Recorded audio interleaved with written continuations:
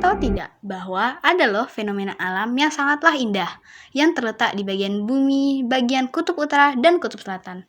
Fenomena alam ini sangatlah indah. Nah, pasti hal ini membuat sebagian orang penasaran. Kenapa sih fenomena alam tersebut dikatakan sangatlah indah? Bahkan dapat dikatakan fenomena paling indah yang ada di bumi ini.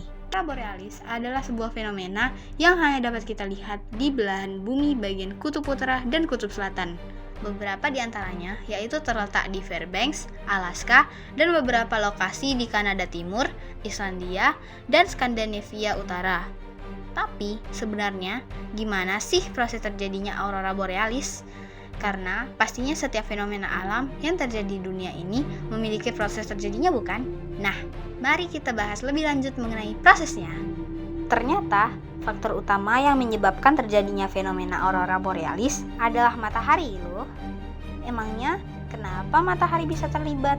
Padahal saat aurora terjadi, tidak ada cahaya matahari di sana. Nah, ternyata peran paling besar memang matahari. Jadi, terjadinya sunspot matahari yang menciptakan medan magnet.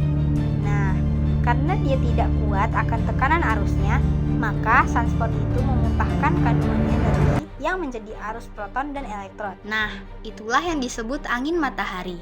Jika besar, maka disebut angin badai. Nah, perjalanan angin tersebut menempuh perjalanan selama 18 jam hingga 48 jam. Pada saat melewati Merkurius dan Venus, angin langsung menerpa atmosfer dan mengalami peningkatan suhu akibat arus proton dan elektron. Walaupun begitu, berbeda halnya jika ingin melewati bumi. Nah, ada yang namanya bintik matahari. Bintik matahari adalah area medan magnet yang sangat kuat. Bahkan 2500 kali lebih kuat daripada yang ada di bumi dan membuat tekanan magnet meningkat.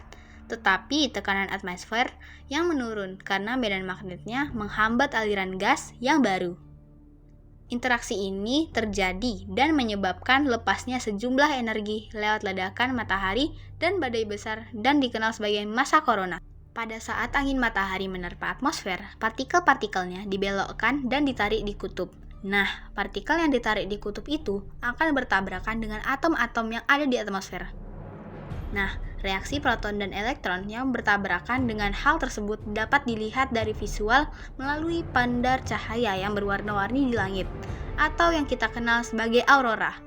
Di kutub utara bumi, aurora ini disebut sebagai aurora borealis, dan di kutub selatan disebut sebagai aurora australis. Reaksi antara partikel angin matahari dengan atmosfer bumi menghasilkan berbagai macam warna pada aurora.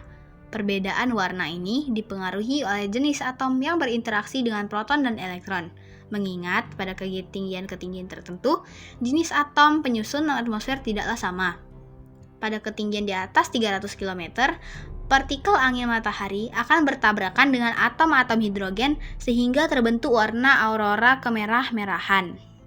Semakin turun, yakni pada ketinggian 140 km, partikel angin matahari bereaksi dengan atom oksigen yang membentuk cahaya aurora berwarna biru atau ungu. Sementara itu, pada ketinggian 100 km, proton dan elektron bersinggungan dengan atom oksigen dan nitrogen, sehingga aurora tervisualisasikan dengan warna hijau dan merah muda.